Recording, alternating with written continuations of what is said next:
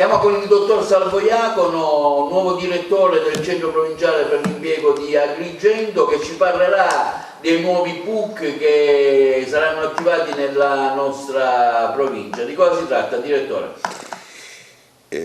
Finalmente si sta prendendo uno spiraglio alla situazione epidemiologica del Covid-19 e le attività che si stanno cominciando a organizzare per il secondo rilancio da questa situazione, stiamo incentivando l'attivazione dei progetti a titolarità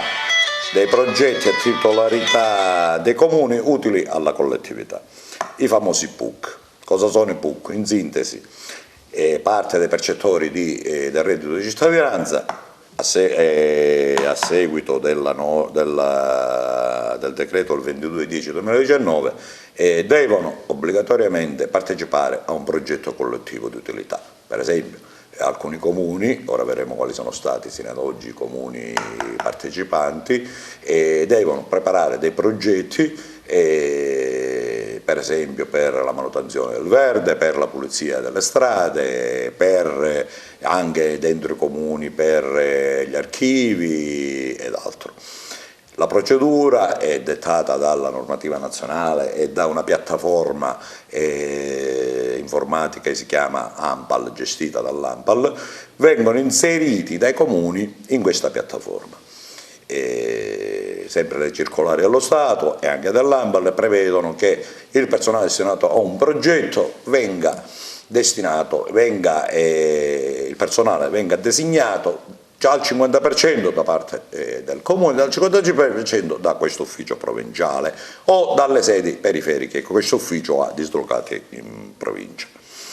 Ad oggi i comuni che hanno mandato i progetti sono il comune di Porto Empedocle, il comune di Ioppolo, il comune di Santa Elisabetta, il comune di Siculiana, per i quali già abbiamo esaurito il procedimento, il comune di Comitini, il comune di Raffadale, insomma in totale sono 9 comuni, su 43 comuni.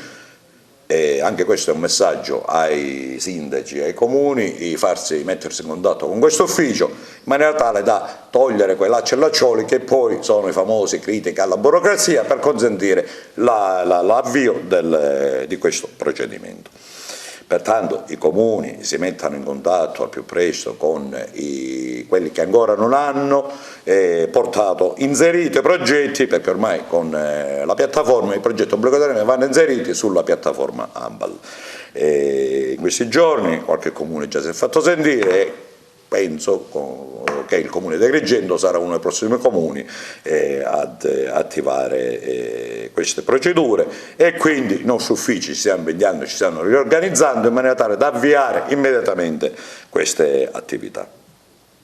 Direttore, ci sono altre nuove forme di avviamento, mi riferisco ai giovani, ai disoccupati, ecco. Ci sono varie forme che vedo che funzionano, camminano, eccetera. Allora, ci sono i tirocini, garanzia giovani, tirocini, e poi ci sono i cantieri scuola, gli ex cantieri scuola, cantieri di lavoro che si stanno attivando e il Dipartimento dovrebbe attivare ora i cantieri scuola, quelli dedicati agli enti di culto. Le graduatorie vengono fatte qua sulla scorta delle istanze dei comuni e da parte del...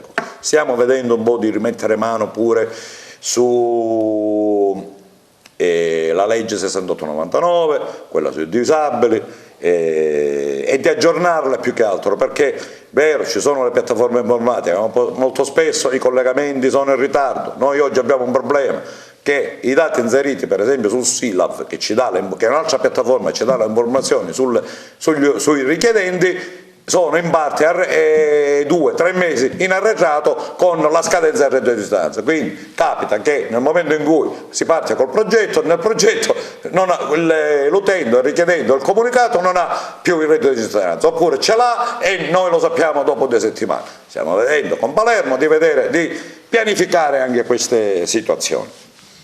Ringrazio il personale che ho trovato qua in questo ufficio, perché io sono il direttore dell'Ispettorato del Lavoro, sono ad interim per ora in attesa di un dirigente, però c'è questa evenienza, questa emergenza, per cui sto dedicando più tempo qua per ora che al mio ufficio.